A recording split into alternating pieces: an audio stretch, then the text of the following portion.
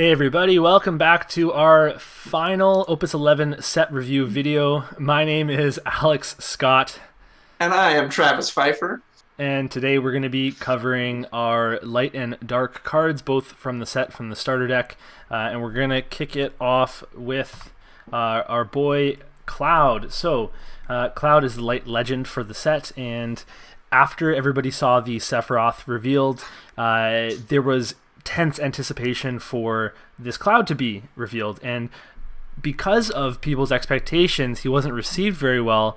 But I think on a closer look, he's pretty okay. So, with that being said, let's take a look at him. He is a 4 CP forward, 7k power, so just under curve.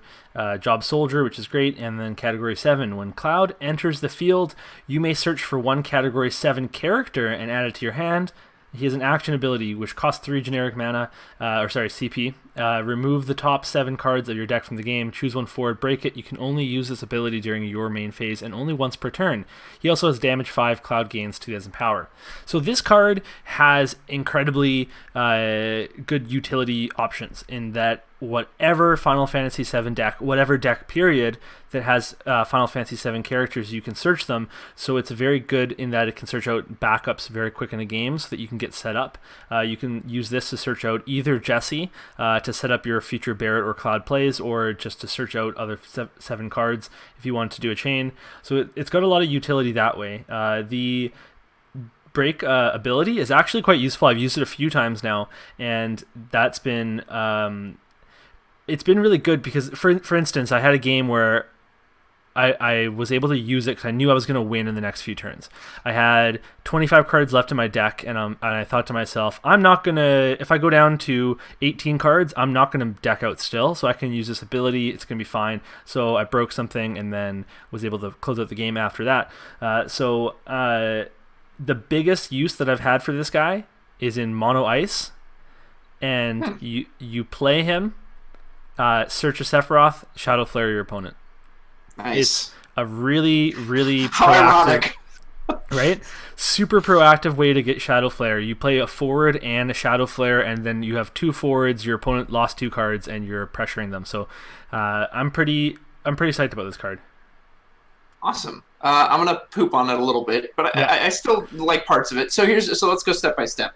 I love the entry effect. Entry effect is undeniably great because it searches a character, and like you pointed out, I mean, it's any 7 character, which means because he's light too, you can put this in almost any element, and you can get anything you want. You can get Kate Sith, you can get Reeve, you can get a Vincent, you can get a Sephiroth, you can get a Genesis, you can get a Genesis Avatar. Like, if it's got 7 on the category, you can pull it out with this card. So that is undeniably excellent.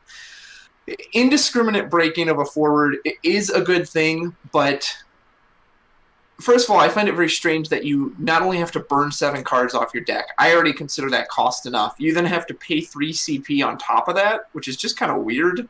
I think the 7 would have been plenty on its own. It's funny because you and I view burning cards off your deck very differently. Yes, very differently. You always talk about it in the sense of like, oh, well, if I'm not going to get to the last 10 cards in my deck, what does it matter? Because I was never going to get to those, so it's okay to burn them.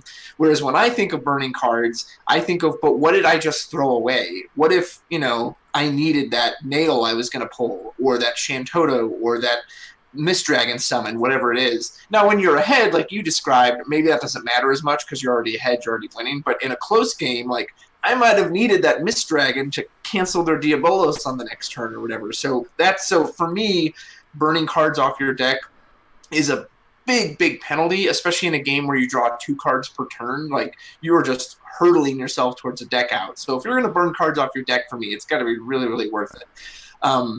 So yeah, it is an indiscriminate forward break, which is nice to but I don't think the 3 CP needed to be on top of that. The damage 5 is fine, but it almost just seems tacked on. Like, we got to give him a damage 5. So, I don't know, he gains 2,000 power. Like, I don't know how relevant that's ever going to be.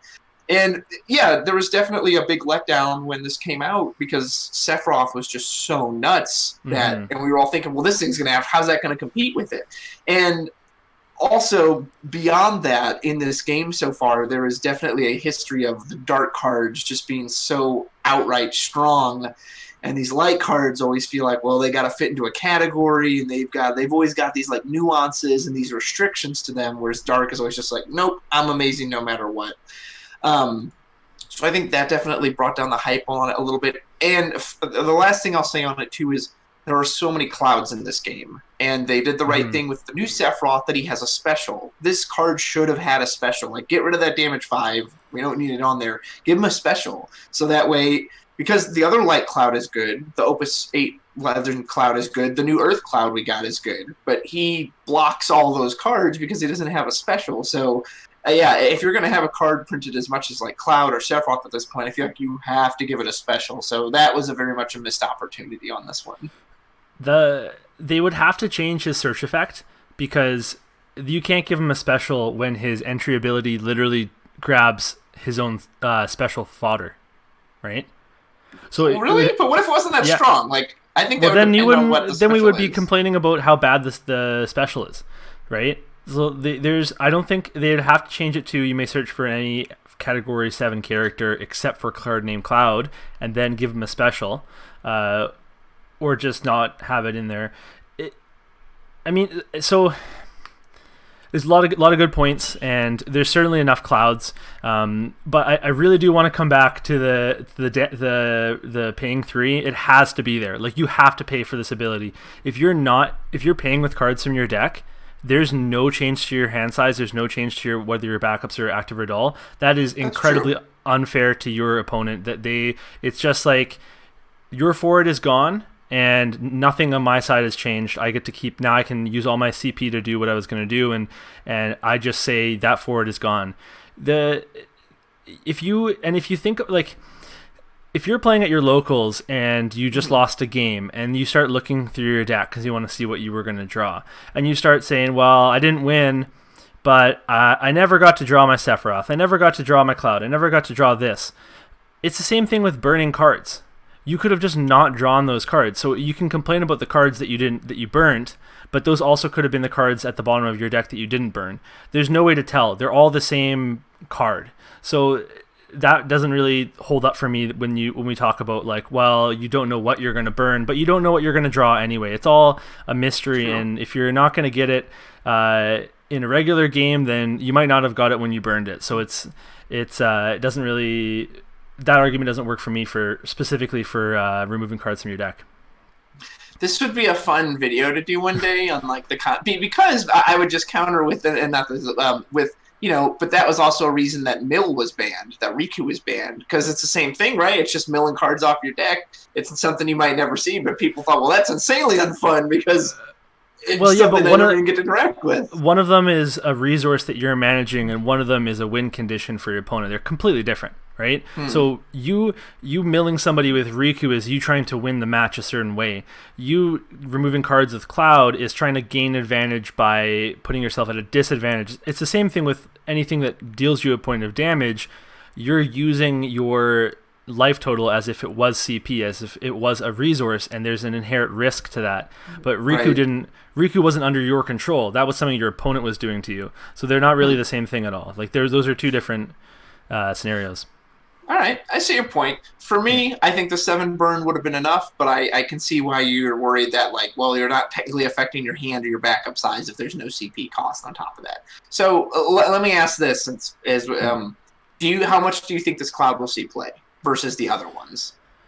Well, I mean, that's so the way that this game works. If we're gonna we do need to talk about other versions of cards. For example, the Porum that we talked about in the last video, it's not going to see much play because of the other Porums. But if we get stuck on that there's other cards with the same name, then we're going to have really bad takes on a lot of popular card names. So is this going to see play in Fire Earth Final Fantasy VII decks? Maybe as a one-of, maybe not at all, because the 5 CP Cloud is really important. The starter Cloud that we got is super relevant for the decks that it's in. The other light Cloud is the 3 CP one is also just, it does what it needs to do in those decks. So is this going to see play? Absolutely. Is it going to see play in Final Fantasy VII decks? Maybe not. Maybe it's going to be like my Mono Ice deck, where it's so my Mono Ice deck has the Remnant package, It has Sephiroth and Kate Sith. So I can drop this and search for backup. I can drop this and find Shadow Flare fodder, and I can drop this and find my all my remnants of Sephiroth and kind of like make this into an engine. So that deck isn't a Final Fantasy VII synergy deck. There's no deck cards that say you need to have Final Fantasy VII characters, but Cloud benefits that deck a lot. So That's yes, interesting. I think he's going to see play, but I don't think it's going to be in your traditional Final Fantasy VII decks. Maybe he will, yeah. Maybe he'll show up as like those little splashes, like you said, to pull out very specific cards. That'll be interesting. It'll be interesting to watch. Okay, so let's move on to the light hero. That was a good discussion. Yes, it was. All right. So next we have Cosmos, but not quite. This is Princess Sarah. She is a 1 CP backup job princess. Category 1. Nice to see one get some love this set. When Princess Sarah enters the field, name one element. Princess Sarah becomes that element. This effect does not end at the end of the turn. She has a tap ability. You dull her. All the forwards of the same element as Princess Sarah you control gain 1,000 power until the end of the turn. Great artwork. She's very, very beautiful, and her headpiece is just like whoosh, spreading out. And it looks like she's maybe got a lute or something she's holding, or a lyre. So when I first read this card, and everyone in my locals was really thought this card was just amazing. Like, wow, it's so good, it's so good. But as I'm looking over it now, I guess I'm trying to envision, so what is the purpose of this card? Because if you want color fixing, Cosmos is better, because Cosmos can tap for CP at any time. She only changes elements when she enters the field. It's not like she can just do it whenever she wants. So you're getting a one-time entry, assuming you don't have some kind of way to like bounce her repeatedly. But you have a one-time entry to set her to a color. So part of me thinks then, okay, well, she'll be best in a mono deck then, because, you know, you put her in mono lightning, she becomes lightning, and now you have an on-tap buff all your lightning forwards by 1,000, which is really strong. I don't know how good she would be in dual element decks, because at first I was going to slot her into my Warriors of Light. So I was like, oh, that'd be really... But half those Warriors are fire, half are water, some are earth, some are wind. One of them's light herself, so she would only buff a couple of them, so that didn't seem very good. And to me, the point of this card then is the tap and the buff, because if you're not playing her for that, again, there isn't color fixing here. This isn't like Cosmos was, so then you just have a light card in hand. So while I really liked her when I first saw her, the more I think about it, the more I'm just wondering, how much play is this really going to see? And to me, mono is what speaks the most to me, because again, you then have your Anthem, and now you have another one that you can just buff for free. What do you think? Am I missing something here? No, I agree with you. I was also not drawn in by this card when I saw it, and I had lots of people telling me it was amazing, and I certainly think it's a powerful card. I think that I might run this in a mono earth deck that I want Raubon to survive. This is a really cheap way to boost. Or I might run this in some sort of deck that has, like for Mono Lightning was a good example, because it has weaker forwards that you can, if you get a couple of buffs going on, then all of a sudden this and Glauca and playing a bunch of characters, you can have some pretty powerful forwards. There are two types of color fixers though, right? So there's the color fixers that are in your toolbox deck that are casting things of many elements, and those ones will need, well, they won't even use Cosmos, they'll use Chaos. Right. And then there's your dual element color fixers, and that's like your Fire Ice Final Fantasy VI, which wouldn't run this, by the way. And the one thing that she has over Cosmos is that whatever card you don't see first, like if you get your ice backups down, then just play her with an ice backup as a fire, and then you're free to play other characters that are light or dark.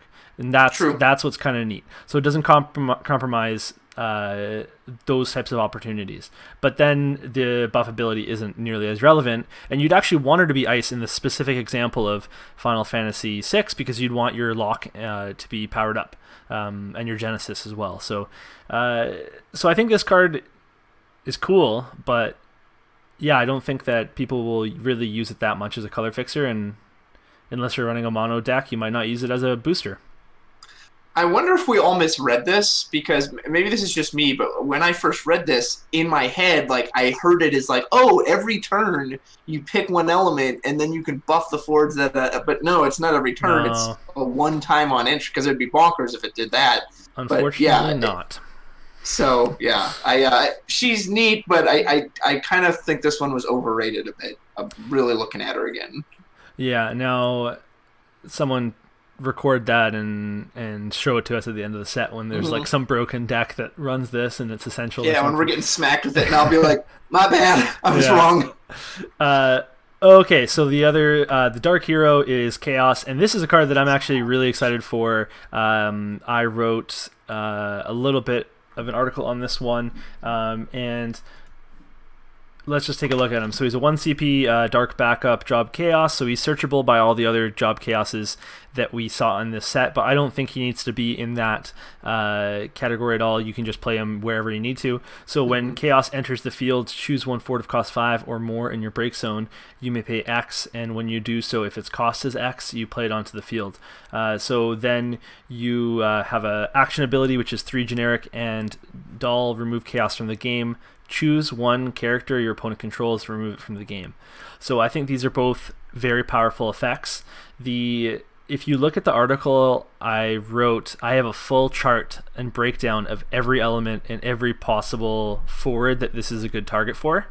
Uh, and there was actually not that many good targets for him.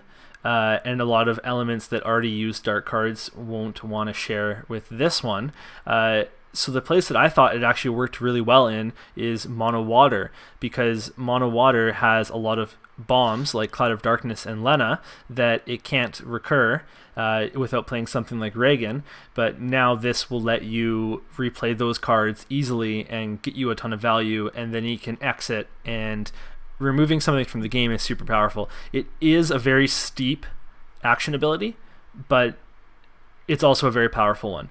So obviously this is going to be some kind of new mono water that isn't as worried about losing one water backup for your Cagnazzo and Nickel effects. But just I think like those are really good examples of 5 CP forwards that you want to bring back as many times as possible. I like the entry effect. I hate the action ability. Not because it's not good. It is. I think it's too good. I don't like the idea of any deck ever now has ability to just remove something from the game. And yeah, I get it's expensive, which is fine because it should be. Because again, like that's incredibly powerful because there's certain things that can't be broken, or they can't be broken outright, or they can't take damage. There's nothing that prevents removal right now, unless it cannot be targeted like in its character. So if they have a key backup, if you're playing WoF and they got a Minwu, or you're playing against Windwater and they got their 5-drop unit or whatever it is, like the fact that even you can attack that backup and be like, yep, that's gone completely. It's just so strong, and I just don't like that being able to be jammed into any deck. As far as his entry goes, as fun as that sounds, I just can't see how often that's going to get resolved, because at minimum you're paying what, 6? You've got to pay 1 for him, and then you have to pay 5 at least for the next ones. What if you went for something even bigger? What if you tried to get Nidhogg in with this and you're paying 10? That'd be something. So it's a neat little effect, but it'd be interesting. I mean, we already have effects that like you can tap a person and pay X to do X thing, and you really don't even see those. So the fact that his is only live when he enters, yeah, I just don't see this seeing much play, especially with how relevant the other chaos is, and he can being searched off dark cards. But maybe I'll be wrong. Maybe like Sarah, this will actually see way more combos that I'm not picturing in my head. The difference is that it's on a backup, right? So you're building an economy while you play this, and so it's more easily. I think it's better compared to things like Tama, Lezaford, the Sarah that searches a Warrior Light from your deck and plays it onto the field. All of those cards are 7 cost backups that have really big payoffs, and this is the same. It's a 6 cost backup that has this ability to recur something, and it has a really good action ability. So if you play this as your 5th backup, you're tapping 1 to play it, and then you're discarding 1 from your hand and tapping your other 3 so that you can play a 5 cost from your break zone. And that's where I think it's going to be the most important to do stuff like, think about in ice, you could replay 7-cost Sephiroths from your break zone. That's true. Right? In Earth you could play a bunch of really good 5 costs. In Lightning, you could bring back things like an Estinian, and that's your 5th backup, and it has haste, and then you're so there's lots of really cool targets for this. So if you think about it like Tama and those other backups, then it is a positive, like CP. You're gaining CP. Like it's a good card that way. But it just competes. Like when you're running this, you're not running dark cards because it stops you from running. So that's the biggest thing, is that it has to be your only plan for a dark card, unless you plan on. Oh, yeah. Sorry, go ahead. No, I was gonna say, I will say too. It is important. It comes onto the field. There is no word dull, and I know I say that for all these enter the field effects, but it's important because there's a lot of stuff. As a matter of fact, before this, most of the stuff when it's recurred to the field, it comes in dull. But like you said, if it comes in active, if it's an Estinian or if it's something that's got haste, it means it can go in right away. Like, to me, that's something that always, one thing I really like about the 4 CP Phoenix versus the 7 CP Phoenix is that brings a forward dull. But the 2 CP, if you've got a haster, they come in active and boom, they go right in. So yeah, the fact that this comes in live and active, that is very helpful too. So yeah, he's a tough one to judge. I still don't see it, but again, maybe this will be another one at the end of the Opus. I'll be like, hey, guess what I was totally wrong about. Okay, here's one that I don't think anyone's going to be wrong about. So let's Not get on to at the all. So this is the one-winged angel himself, wielder of the Masamune, and Cloud's greatest villain, greatest adversary, Sephiroth. 4 cost, 10,000 power dark card. He's a forward. You can only play Sephiroth if either player has received 4 points of damage or more. When Sephiroth enters the field, choose one character. Break it. He has a special called Octa Slash. All it requires is 1 special. Choose up to 1 forward, up to 1 backup, and up to 1 monster. Remove them from the game. You can only use this ability if each player has received 5 points of damage or more. If I were to sum this guy up in 2 words, I would quote Alex Hancock in his review when he said, objectively overpowered.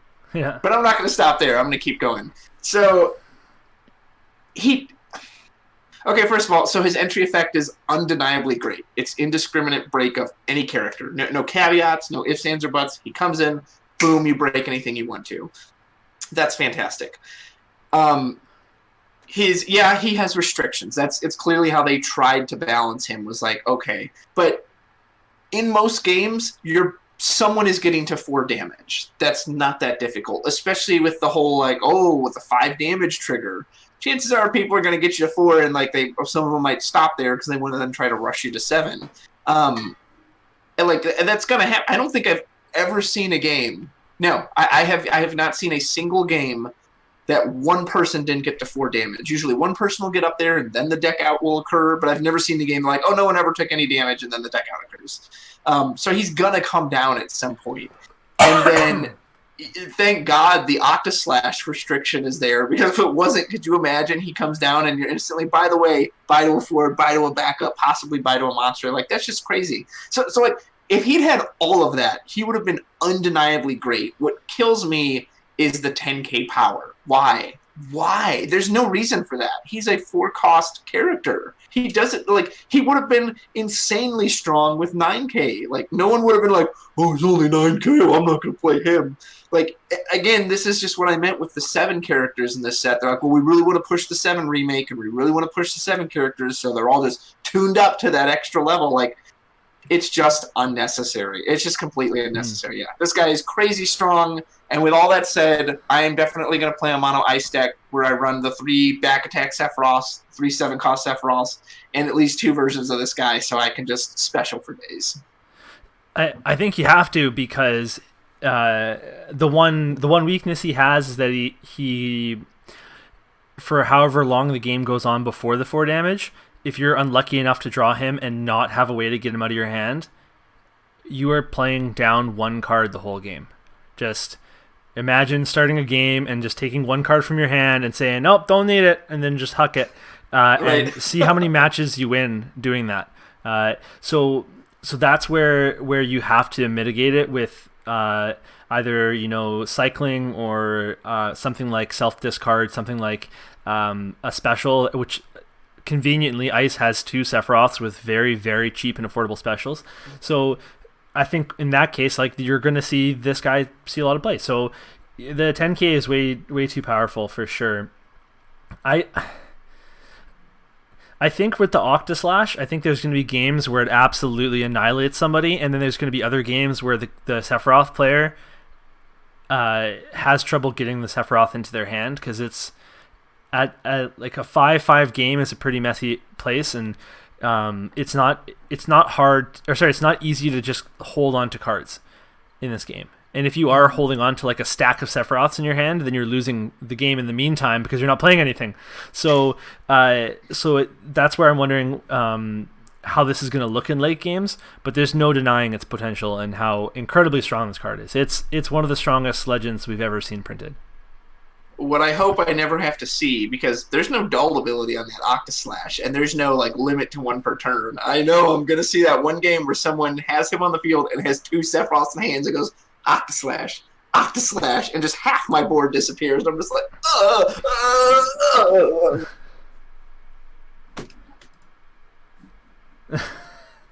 All right. Well, you just got Octaslashed. I did. I was removed from the from the video.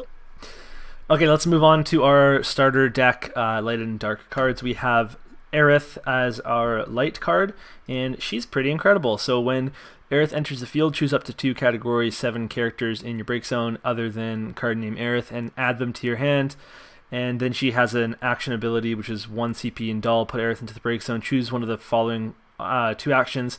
Choose 1 Category 7 forward you control. Dull it. It gains this forward cannot be broken until the end of the turn. And the other one is choose 1 dark forward and break it, which is really nice. So she's a 4 CP, 5k forward, job ancient.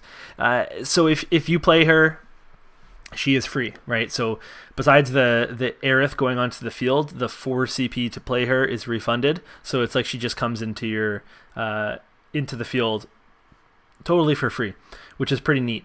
And she cycles characters.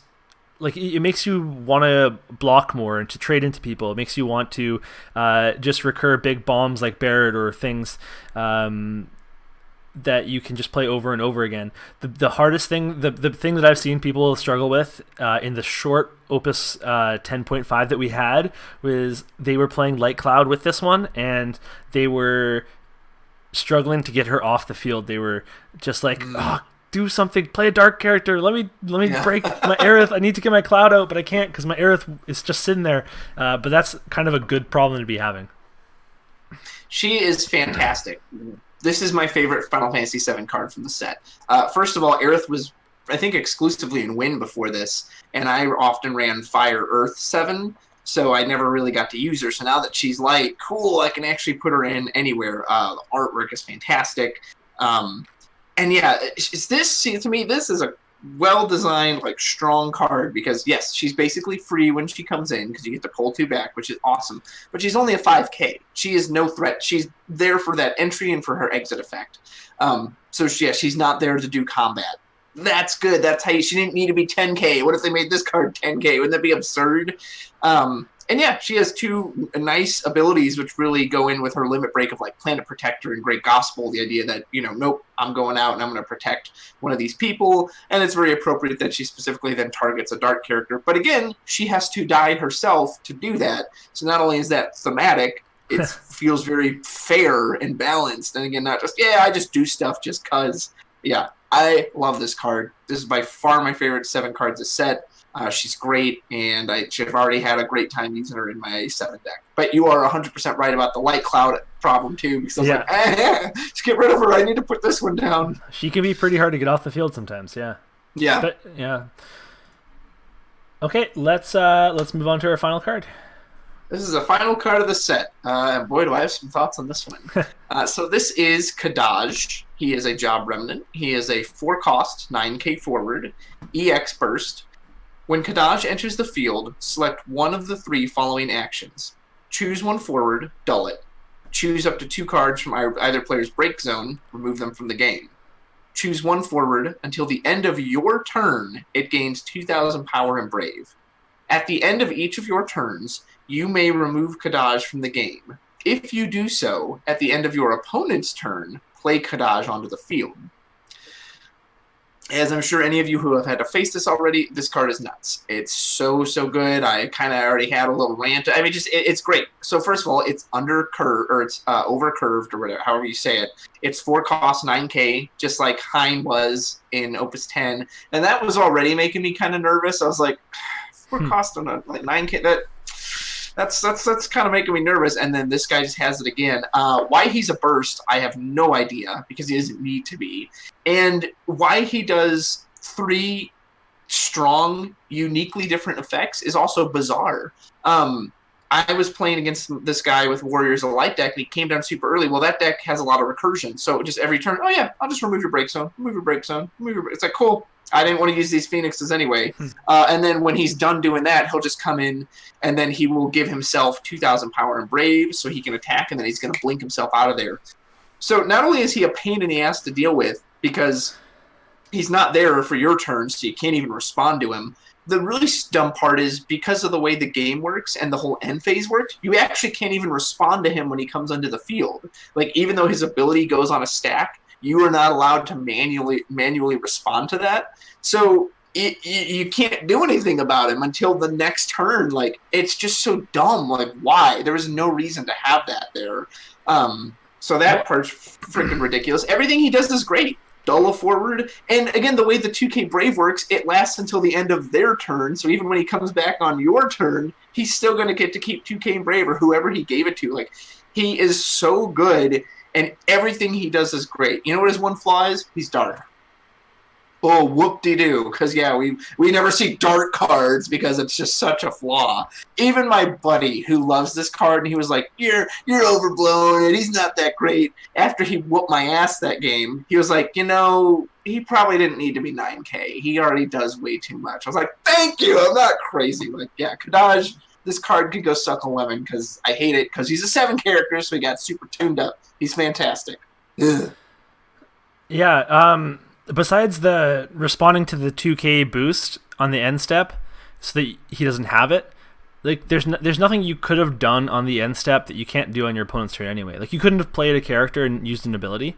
So if there's something that you could have hypothetically used on a stack at that point, that's something that you can just do at the beginning of their turn. So there's like small disadvantages to that, such as getting in before the 2K boost, or if one of your forwards had a boost and you had like a hackathon or something. But like, that's kind of that's just how the rule process works, but it doesn't greatly affect how you're going to deal with them. You're either going to deal with them or you're not. Yeah, I don't think he needed the burst. I don't think he needed the 9K power. I think a non-burst 8K forward would have been a lot better. But you know what? If you can't beat him, join him. So I guess you just have to play the card. Which is what Alex has been doing. Well, see, here's the thing, though. Like, what if, let's say you've got Ifrit in hand, the 8 cost, the 8 damage Ifrit from last set with a K-Tuna, so it can burn for 9K. If you could respond to this, then yeah, you could burn him with that Ifrit when he comes in before the 2K resolves. And that way you could actually, but because you can't respond to it, by the time it's their turn, well, now he's 11K. So now that's what I'm saying. Yeah, that's what I said. I agree with you. Okay, sorry. I thought you were like saying like, oh no, it's not a big deal. I'm saying besides that not being able to get in before the 2K. Yeah, the other ones it doesn't matter as much, but but for that one especially against like, oh man, I could deal with them right now, but I'm not allowed to respond to it. So yeah, he would have been absolutely strong and fine as a 4 cost, no burst 8K. Or my other suggestion too, if we were going design, I thought it would have been interesting. What if he had to blink himself? What if that's the other thing, is that his removal is completely optional. So if you don't want to be down a blocker, you're like, no, I need to keep him on the field. You just get to choose to do that. It would have been interesting if, oh no, he removes regardless, so you can never use him as a blocker. Again, then you would have to think about it a little, as opposed to just, nope, I'll just do whatever I want with him. Yeah, I mean, and then he does, like, I'm pretty happy when my opponent leaves in a block, because if I have something for him, if I have combat tricks and stuff, then I can go after him. You can get rid of him. It's like, it's your opportunity to get rid of him. So just as someone that has played against him, I get pretty happy generally when he's left to block, and it means that my opponent's in a position that they're having to block with their Kadaj. Then Right. I'm probably in a good spot. Yeah, because they want to blink it every turn if they can. Yeah, like that's the dream, is that you can blink it every turn. So that's another way to look at it. I don't know. I tend not to get too crazy about cards, just because it all evens out in the end. Like and if anything's truly bad, they'll ban it, and the only exception to that is Valfor. Right, yeah. That bird's going nowhere. That's the one exception. Sorry, go ahead. Oh, I was going to say, Kadaj is undeniably strong. Just like the other stuff in this, he's good. It's great. Totally agree. Yeah, a lot of strong dark cards. At least we got one undeniably strong light card. Yeah. At least that's progress, right? Right. Although it is still basically tied to 7. So, again, I think they must really like that theme, because they do always do that. The dark can operate completely on its own, and then the light is always like tied to some other kind of, hey, we're 1 for 3. 1 for 3 with lights. Yeah. So yeah, I guess that kind of sums up our overall thoughts too on light and dark right there. That dark generally gets some pretty good solitary stuff, and that light always has collaborative, harder to play stuff. Any other thoughts on the light and dark cards as a whole on the set?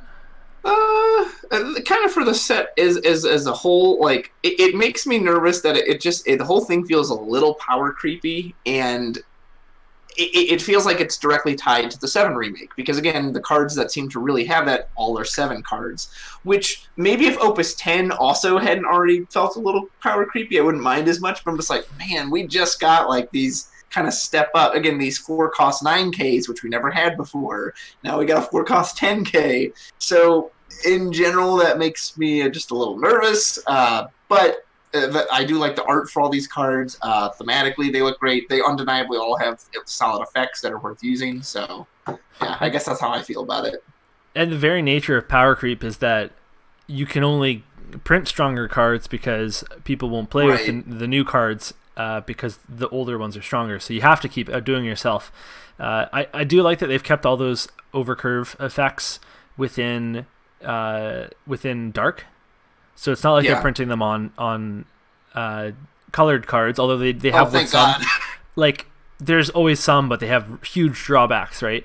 But these dark cards, they're just kind of getting them, and like Hein had to, right? Because if Hein could just die trade in combat with a regular old 8K, he would have been infinitely worse. But with the Kadaj, with the Sephiroth, both of those could have been 8Ks in my books. I wouldn't have blinked at it. They both would have been still quite powerful. Oh, 100%. 100%. So, okay, well, that's going to be it from us. We've done our 7 videos, our 7 reviews, and it feels good to get them done nice and early. I hope you have all enjoyed watching them, and that you're going to stick around for more content coming from us in the future. And, yeah. Yeah, I want to say thank you to Alex, as always, for letting me be a part of this. It really means a lot. I really enjoy doing these, and I hope he doesn't mind while I give my thoughts and rant like a crazy person. No, of course not. Thank you, sir. It really means a lot. Opus XI will be an interesting one to watch, in case anyone watches this way in the future. We've got all this virus stuff going around right now, so unfortunately, there isn't really a way to go out and play the game right now in locals. So I hope this Opus doesn't kind of get kneecapped because of that. But we do have some online resources through Untap and Octagon. So if you're wanting to try these cards out, definitely find people who know how to play on those and have access to them. They're both free, and try them out there, because who knows when we'll get to meet in person again. So. Yeah, it's true. I actually just the other night I went through the process of deconstructing all my Opus X decks and started putting together the pieces of my Opus XI decks, and I'm just like, I'm going to put these together, but I'm not going to be able to literally play with them. Right, Like I'll practice draws or something, but otherwise, Yeah. Well, so it's been a pleasure having you on here, Travis, and I'm sure we're going to get together for something soon enough anyway. So until then, we'll see you on Octagon and Untap. Thank you so much for joining me. Take care. Bye. Thank you so much for watching. You can like and subscribe to support us further, and you can read the Mysidia Post articles at themysidiapost.com. You can also check out our Patreon if you want to support us more. And if you need FFTCG singles, then look no further than Cards That You Release. They've got great deals and prices. check them out. Finally, I'd like to thank FF Decks for creating the best website for creating your Final Fantasy trading card game decks. They've also got a Patreon, so make sure you go check them out. They work so hard for the community, so let's pay them back. See you next time.